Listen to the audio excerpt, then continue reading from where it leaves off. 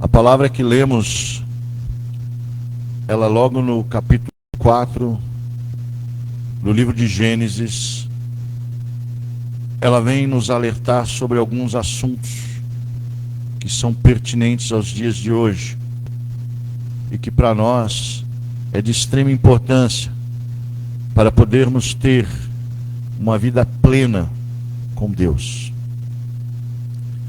Perceba que os dois irmãos, eles estavam indo adorar a Deus. E eles vão adorar a Deus com as suas ofertas, aquilo que eles haviam preparado para levar ao Senhor.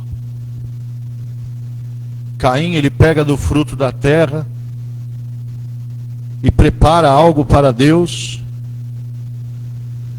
e vai lá e oferta ao Senhor, presta o seu culto de adoração. Abel, ele pega da primogenitura das suas ovelhas, e ele prepara aquelas ovelhas para poder levar até ao Senhor e prestar o seu culto a Deus. Perceba que os dois foram cultuar. E o culto, ele era também sinônimo de você ofertar algo. Não se cultuava a Deus sem se ofertar algo a Deus. E eles se apresentam perante o Senhor com as suas ofertas. Eles não chegam de mãos vazias. E eles entregam as ofertas ao Senhor. Mas o texto vem nos alertar que Deus se agrada de Abel e de sua oferta. Mas, porém, Deus não se agrada de Caim e não aceita a sua oferta. Primeiro ponto que eu quero trazer para os irmãos: eles foram a um culto. E se eles foram a um culto, a primeira coisa que nós fazemos antes de ofertar a Deus é adorar a Deus. Perceba que quando Deus ele fala para Abel que se agradou, ele diz: eu me agradei de Abel. E depois ele se agrada da oferta de Abel. Com Caim a mesma coisa: eu não me agradei de Caim. E posteriormente a oferta dele não foi aceita. O que eu entendo com isso, querido, é que antes de nós passarmos por estas portas para prestar o nosso culto racional a Deus, que qual é? Apresentar os nossos corpos como sacrifícios vivos e agradáveis a Deus. Para quê? Para que experimentemos qual é a boa, perfeita e agradável vontade de Deus para as nossas vidas. Perceba uma coisa: Deus ele tem prazer em revelar a sua boa, perfeita e agradável vontade a partir do momento que nós passamos por esta porta para oferecer um culto racional. E o que é um culto racional, querido? É um culto onde primeiro ele enxerga o teu coração, a intenção do teu coração, para depois ele receber aquilo que você veio entregar. Deus ele conhece o coração de Abel e conhece o coração de Caim. É por isso que ele fala: eu não agradei-me de Caim. Não foi da oferta primeiramente. Isso gera discussões teológicas e teorias diversas, que eu nem quero citar. Alguns dizem que ele não recebeu a oferta de Caim, porque não era uma oferta de sangue. Alguns dizem que não receberam a oferta de Caim, porque não era um animal, não era uma ovelha, não era um cabrito, não era um gado, não era um... Não foi nada disso para mim. Porque a partir do momento que eu compreendo que o texto me diz que ele não se agrada da pessoa, ou melhor, porque Deus não faz acepção de pessoa, mas não se agradou do coração daquele adorador que veio à sua presença, ele não vai aceitar a oferta, seja qual for. Sabe por quê, irmã Andréia? Porque Deus não se corrompe. Porque Deus não aceita suborno. Porque com Deus não se barganha. Porque com Deus você não faz uma troca. Deus não é uma moeda de troca. Ah, Senhor, eu vou ofertar e aí o Senhor me abençoa. Ah, Senhor, eu vou dizimar, e porque eu vou dizimar, o Senhor repreende o cortador, o devorador e o migrador. Ei, entenda uma coisa, a palavra de Deus diz que se você estiver em contenda com teu irmão, deixa a tua oferta, vá pedir perdão para ele, conserta a tua vida, e depois vem aqui e oferta a Deus. Deus não aceita oferta de pessoas que estão com altares quebrados. Perceba que Elias, ele vai lá perante os 400 profetas de Baal, e ele pega e fala para os profetas: escolham um animal que vocês vão sacrificar, pode escolher vocês, eu fico com outro. Prepara aí o culto de vocês, pode preparar. E diz que ele gritava assim: grita mais alto, porque talvez os deuses de vocês tenham saído para viajar, ou estão dormindo, não estão ouvindo, não estão em casa. E diz que os profetas se cortavam, diz que os profetas faziam sacrifícios de si mesmo, e nada acontecia. Aí chegou a vez de Elias. Aí o texto diz que Elias, ele olha para um altar que havia ali em Israel. E quando ele olha para o altar, ele vê que aquele altar faltava alguma coisa. Estava quebrado. Ele se ajoelha e ele começa a restaurar o altar com as pedras. Ele começa a restaurar o altar, pedrinha sobre pedrinha. Conserta o altar.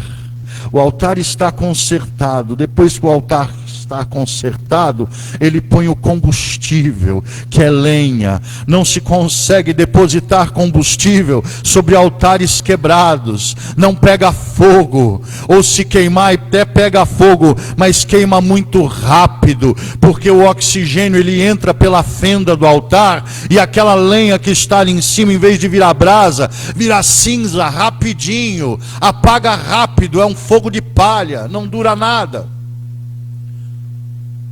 Altares quebrados até pega fogo, mas não dura. Não dura. Por quê? Porque está entrando muito oxigênio pela trinca. E o fogo ele é alimentado pelo oxigênio. Quanto mais oxigênio você colocar, maior é o calor. Só que mais rápido a chama queima e vira cinza. O que Deus quer de nós é constância. Deus não quer que você queime hoje e amanhã você não queima, está cheio de cinza. Deus não quer que você queima ontem e hoje não queima, porque hoje está cheio de cinza. Deus não quer que você venha e cultua hoje e amanhã eu não venho orar. Por quê? Porque eu já cultuei hoje. Deixa a cinza ali. Eu queimei um pouquinho ontem, eu soltei um pouco de fagulha ontem. Não, não. Deus não quer isso de nós. Ele continua querendo um culto racional. Ele continua querendo os nossos corpos como sacrifícios vivos e agradáveis. Ei, você não está entendendo. Não existe mais cordeiro para ser sacrificado. Não existe mais você levar uma pombinha, uma rolinha, uma galinha, um boi, qualquer outro animal. Não existe mais isso. É você que tem que ser o sacrifício. É você que tem que ser o sacrifício. Vivo, não morto. Porque a morte ficou lá atrás, no rio, nas águas que você desceu. um sacrifício vivo novamente, mas vivo em Cristo.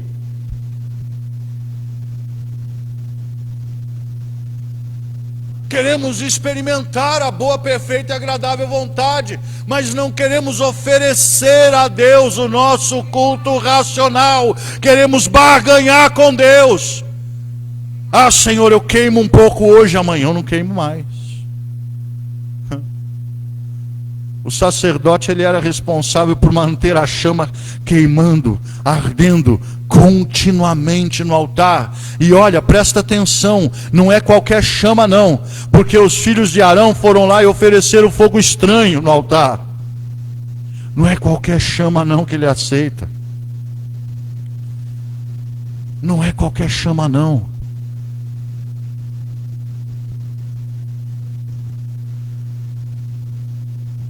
Não é fogo estranho. Elias, ele restaura o altar. Quando ele está colocando pedra sobre pedra ali de joelho, eu imagino ele falando: me perdoa, Senhor, porque eu deixei o teu altar quebrar.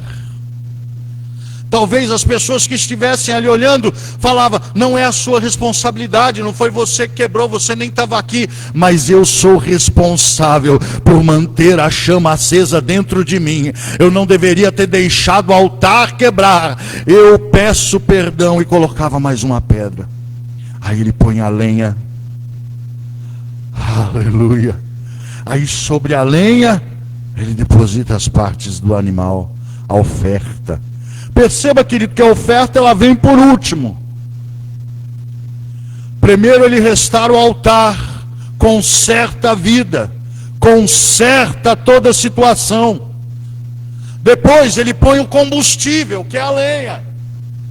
Imagina que o seu combustível, a lenha que você tem que queimar hoje, é a sua oração, é a sua adoração, é o seu glória, é a sua língua estranha saindo como gemidos inexprimíveis a Deus. Porque quando você não conseguir mais adorar, quando você não tiver mais palavras, são o Espírito Santo que leva os gemidos inexprimíveis, as palavras de adoração a Deus. A lenha. E depois, aí vem a oferta.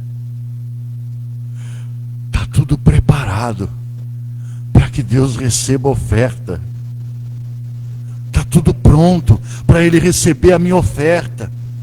Agora eu posso ofertar. Por que eu posso ofertar? Porque eu sei que independente do que eu for colocar no altar como oferta, Ele aceitou primeiro o meu coração. Ele aceitou primeiro a minha chama que estava ardendo aqui. Ele enxergou meu altar consertado. Ele enxergou a lenha colocada, preparada, pronta para arder. E aí ele viu a minha oferta. E aí, depois de tudo consertado, restaurado, Elias faz uma oração. Responde-me, Senhor, responde-me. E mostra-me que ainda há Deus em Israel. E desce um fogo e queima toda oferta, queima toda a lenha e queima toda a água.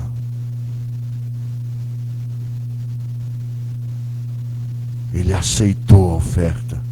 Mas por quê? Porque foi restaurado aquilo que estava quebrado. Abel, ele se apresenta a Deus com um coração fechado. Ninguém sabe falar como é que ele vai até o Senhor com a sua oferta. Eu estou indo porque meu irmão está indo, mas eu não queria ir. Eu estou indo na igreja para que as pessoas vejam que eu sou crente. Eu estou indo porque o meu marido está indo. Ou eu estou indo porque a minha esposa está indo. Ou eu estou indo porque os meus pais estão indo.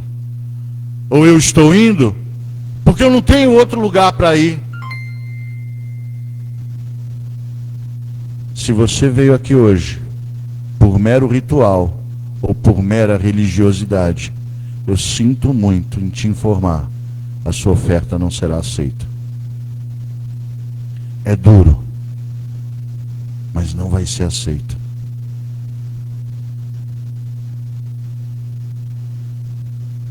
Lembra do ladrão da cruz? O ladrão da cruz, ele tinha uma única oportunidade. Haviam dois, um de um lado e um do outro. O que estava de um dos lados, ele vira e fala assim: se tu és o Filho de Deus, desprega-te daí, salva-te a ti e a mim também. Não me deixa aqui não. Devolve para mim a vida que eu tinha. Devolve para mim aquilo que eu fazia. Devolve para mim o mundo onde eu vivia. Os olhos dele ainda estavam na terra. Mas e o do outro lado? O do outro lado ele fala: ei, fica quieto. Porque nem na condição em que nós estamos você não consegue reconhecer quem ele é. Nós estamos aqui porque nós merecemos estar aqui. Nós estamos pagando um preço por aquilo que nós fizemos realmente. Éramos malfeitores, éramos assassinos, seja lá o que for. Eu merecia estar aqui pregado, aqui preso a esta cruz, recebendo esta pena capital de morte. Mas ele, nenhuma condenação há sobre ele. Nenhuma condenação há sobre ele. E ele olha para Jesus e fala: ei, lembra-te de mim quando estiveres no paraíso. Ele estava dizendo para Jesus: ei, eu não me importo mais com a vida que eu vivia aqui, eu não me importo mais com as posses que eu tinha aqui, eu não me importo mais com os prazeres que eu tinha aqui, porque ao olhar para você, eu compreendo hoje que eu morrendo aqui, eu tenho vida eterna no paraíso. Eu troco tudo. Eu troco tudo para estar contigo no paraíso. Sabe qual é o nosso problema? A gente não troca. A gente não deixa a velha vida. O velho homem está sepultado lá no rio, mas a gente vai buscar. Estamos mais preocupados muitas vezes com o que nós somos, com o que nós temos e com o que nós fazemos, do que com aquilo que nós temos que entregar a Deus. Jesus não obriga ninguém. Ele mesmo diz: é aquele que quiser vir após mim. Aquele que quiser, negue-se a si mesmo. Toma a sua cruz e vem me seguir. Eu não estou te obrigando não, mas se for fazer, faz bem feito. Eu não estou te obrigando, mas se for para cultuar, cultua direito.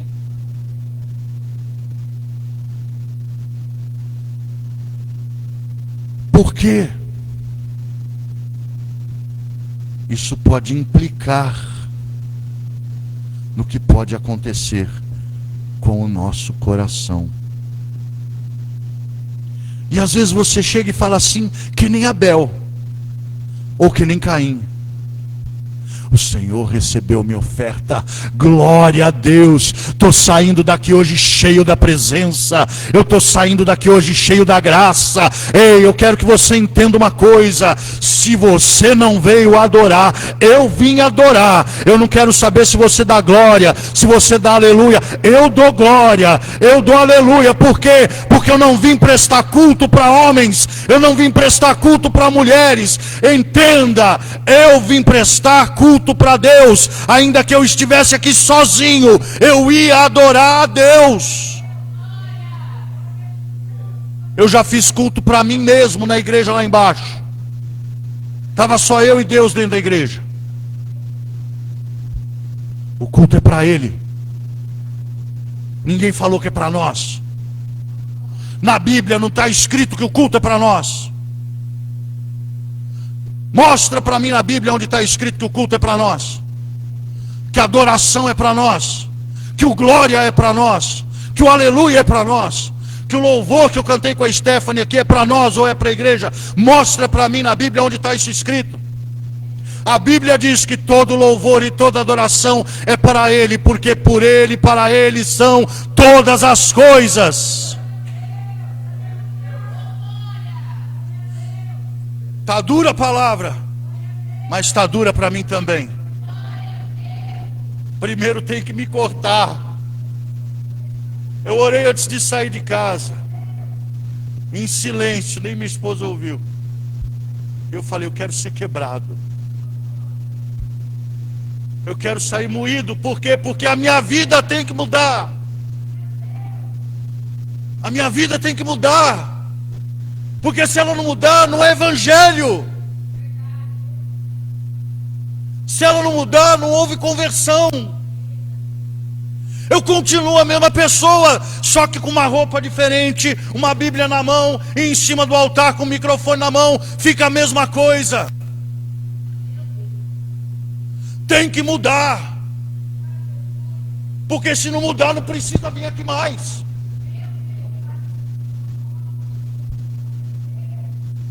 Eu tenho que mudar todos os dias.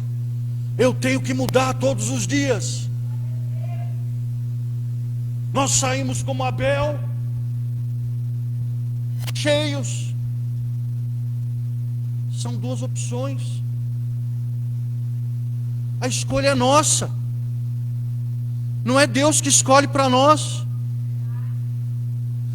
Eu saio como Abel, cheio da presença, ou eu saio como Caim, com o semblante caído, olhando para o irmão e ainda falando, ó, ele saiu cheio de Deus e eu aqui seco, sem sentir nada.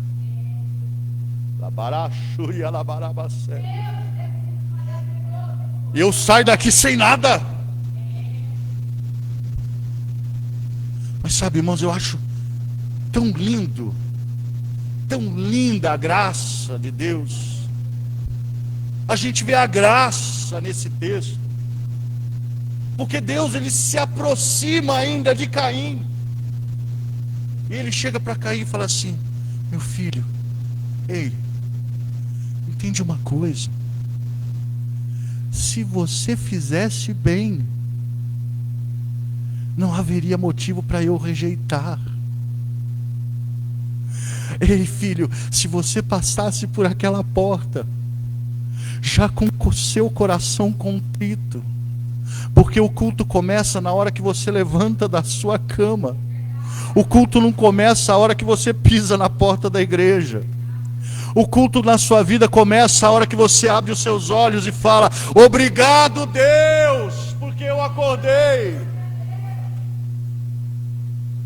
O culto começa ali. Se você fizer bem, não há motivo para que eu não aceite aquilo que você vem me ofertar.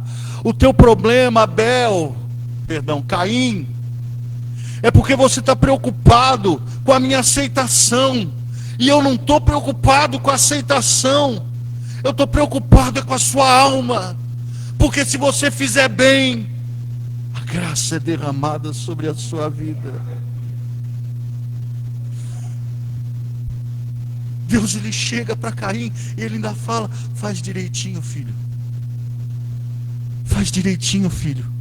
Porque eu vou te aceitar como eu aceitei a oferta do teu irmão. Mas se você não fizer, o pecado, ele jaz à porta. O pecado, ele já habita dentro de você. O desejo, a vontade, a carne, ela é algo que não dá para separar da natureza humana. Ele já está dentro de você, o pecado já está dentro de nós. E se você não fizer direito, quem vai dominar sobre ti é o pecado. Olha Deus falando de graça para Caim. Deus estava falando: meu filho, eu quero te salvar. Eu não tenho prazer na morte do ímpio, eu não quero te perder. Eu quero você adorando junto com teu irmão aqui, vindo ofertar com o coração quebrantado aqui. Eu não quero te perder, querido, eu não quero te perder, meu filho. Deus estava falando isso para ele.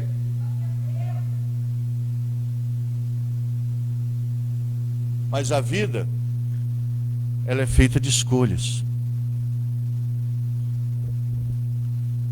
E eu não estou falando de livre-arbítrio não, viu, querido? Eu não estou falando de livre-arbítrio não. Deixa eu fazer uma pergunta para a igreja. Quem aqui acha que tem livre-arbítrio, levanta a mão. Livre-arbítrio, opção de escolha. Quem acha que tem, pode levantar a mão. Não precisa ter vergonha não. Ninguém, né? Glória a Deus por isso. Sabe por quê? O nosso livre-arbítrio, querido, terminou quando nós levantamos a mão e aceitamos a Cristo.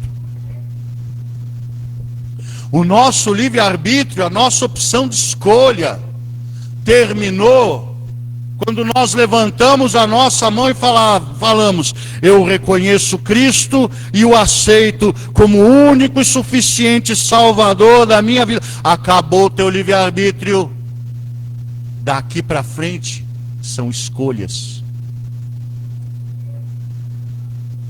Eu escolho obedecer, ou eu escolho desobedecer. Eu escolho estar em união, ou eu escolho estar em rebelião. Abel e Caim, ali, já não tinham mais a opção de livre-arbítrio. Por quê? Porque eles estavam indo adorar. Eles já sabiam quem era o Deus que eles serviam. E você não tendo mais livre-arbítrio, por quê? Porque a palavra diz que não fará o servo a vontade do seu Senhor. Você tem um dono, o nome dele é Jesus Cristo de Nazaré. Ele te comprou, ele te remiu, ele te pagou, ele rasgou a promissória. Ei, você não é livre não. Você tem um dono e o nome dele é Jesus Cristo. E se você tem um dono, bem-vindo à realidade. Gálatas 2:20. Não vivo mais eu, mas Cristo vive em mim. E a vida que eu vivia no pecado, eu não vivo mais. Mas eu vivo pela fé em Deus e em Jesus Cristo, que entregou-se a si mesmo para morrer por mim. Morte de cruz. Tá? Ele pagou o preço por nós. O Senhor, ele fala para Abel, para Caim, perdão: eu não quero te perder. Conserta a sua vida. Muda a tua história. Está nas suas mãos, não está nas minhas. O problema é que a gente fica passando a nossa responsabilidade para Deus. E aquilo que nós temos que fazer, Ele não vai fazer não, querido. Cabe a nós, compete a nós fazermos. Deus não vai mudar a sua vida se você não se movimentar. A mulher do fluxo de sangue, ela nunca ia ser curada se ela não se movimentasse e andasse até Jesus. O centurião, o servo dele, nunca ia ser curado se ele não andasse 2 dias até se encontrar com Jesus. E ainda olha para Jesus e fala: eu não sou digno de que o Senhor entre na minha casa. Mas diz só uma palavra e eu tenho certeza, eu creio que ele vai ser salvo. Porque eu sou um homem que conheço a autoridade, eu tenho autoridade. Eu sou um comandante. Sou um centurião. E eu sei que há autoridade sobre a tua palavra, porque eu mando um homem para lá e ele vai, mando um para cá e ele vai, e o Senhor, o Senhor dá ordem para o vento, ele para. O Senhor manda a chuva parar, ela para. O Senhor manda o mar se aquietar, ele se aquieta. Quem é este homem que até a tempestade escuta? É o meu dono. É o meu dono. Eu pertenço a Ele. E se eu pertenço a Ele, a palavra diz: a quem eu temerei? Ninguém. Mas para isso acontecer, muda. Mudar, às vezes implica em amadurecer. Amadurecer muitas vezes implica em ter responsabilidades.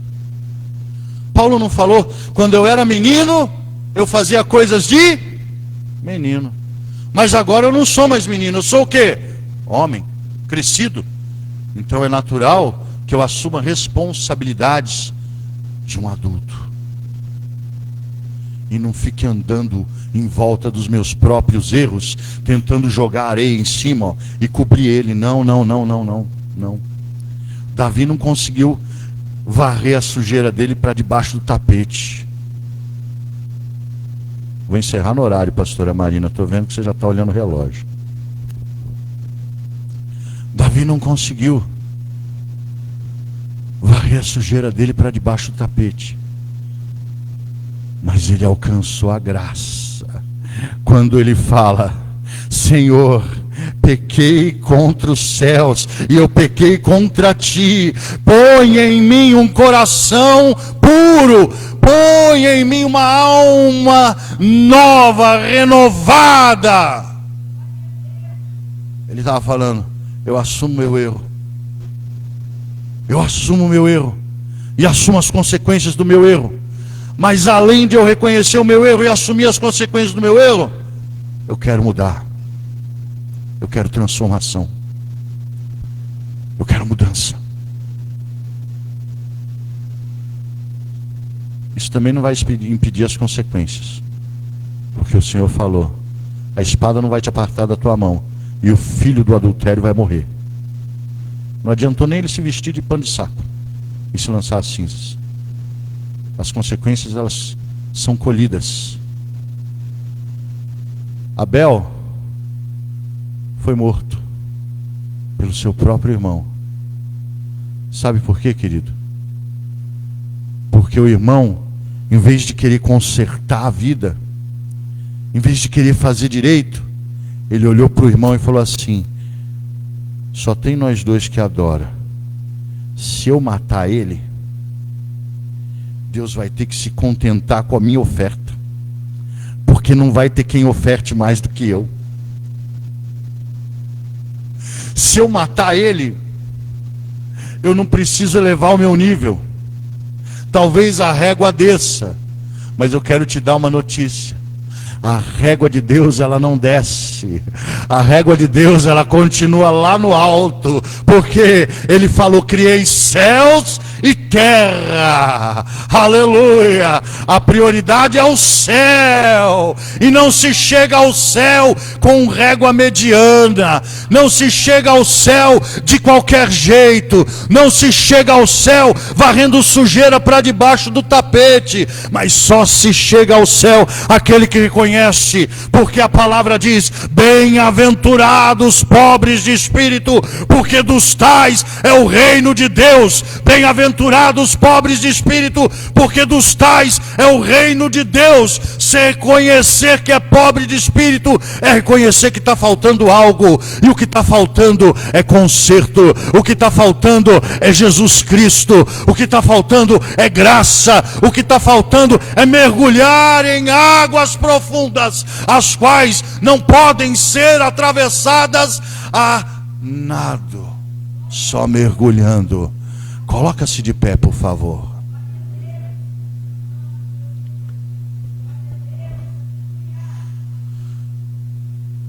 Vivemos uma geração aonde nós queremos ser confortados e afagados, e não queremos mais ser confrontados. Mas Deus, Jesus, Ele não nos chamou para ser afagados.